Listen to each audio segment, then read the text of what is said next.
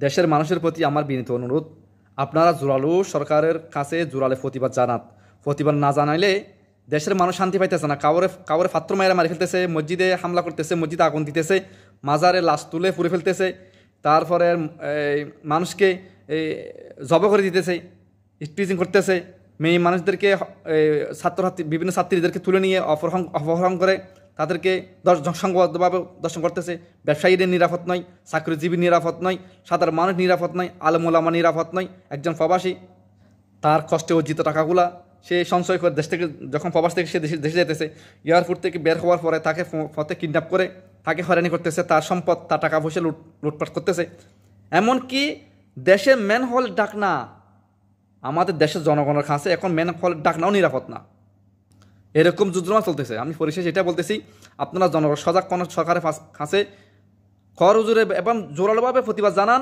না হলে স্বৈরাচার যেভাবে সে করছে, আমাদের এগুলো কর্মকাণ্ড পিছনে লাভটা হবে ভারতের, যে আমাদের দেশের চিরশত্রু, তার লাভ হবে।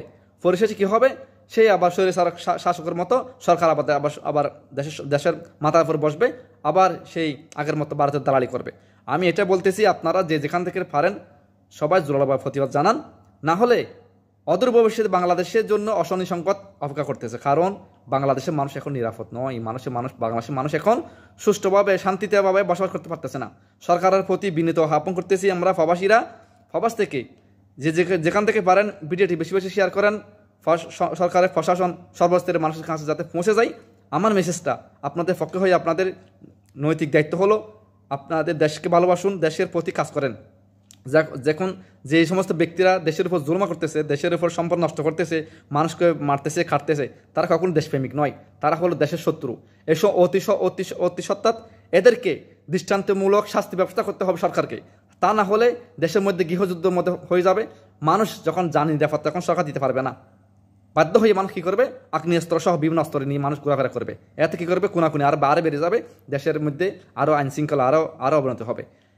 না হলে সাধারণ মানুষ অন্তত দাসুরি কোটাল নিয়ে অন্তত তারা কী করবে, আমি বলে যাচ্ছি, চলাফেরা করবে। কারণ আপনি যখন আপনার যখন জানের নিরাপদ থাকবে না, আপনার আমার জান বাঁচানোর জন্য আমরা নিরাপদ হয়ে অস্ত্র হাতে তুলে নেওয়ার জন্য বিভিন্ন দাসুরি হাতে নিয়ে চলাফেরা করতে বাধ্য হয়। আমাদের তো ব্যবসা বাণিজ্য না হয়, চাকরি বাকরি না হলে ফতে কাটে বের হতেই হবে।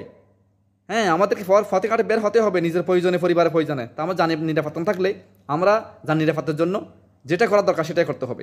পরিশেষে আমার মেসেজটি সবার কাছে পৌঁছে দেন, আপনারা জোর প্রতিবাদ করেন, বেশি বেশি শেয়ার করেন আমার ভিডিওটি, যাতে সরকার সজাগ হয়। আসসালামু আলাইকুম ওয়া রাহমাতুল্লাহি ওয়া বারাকাতুহু।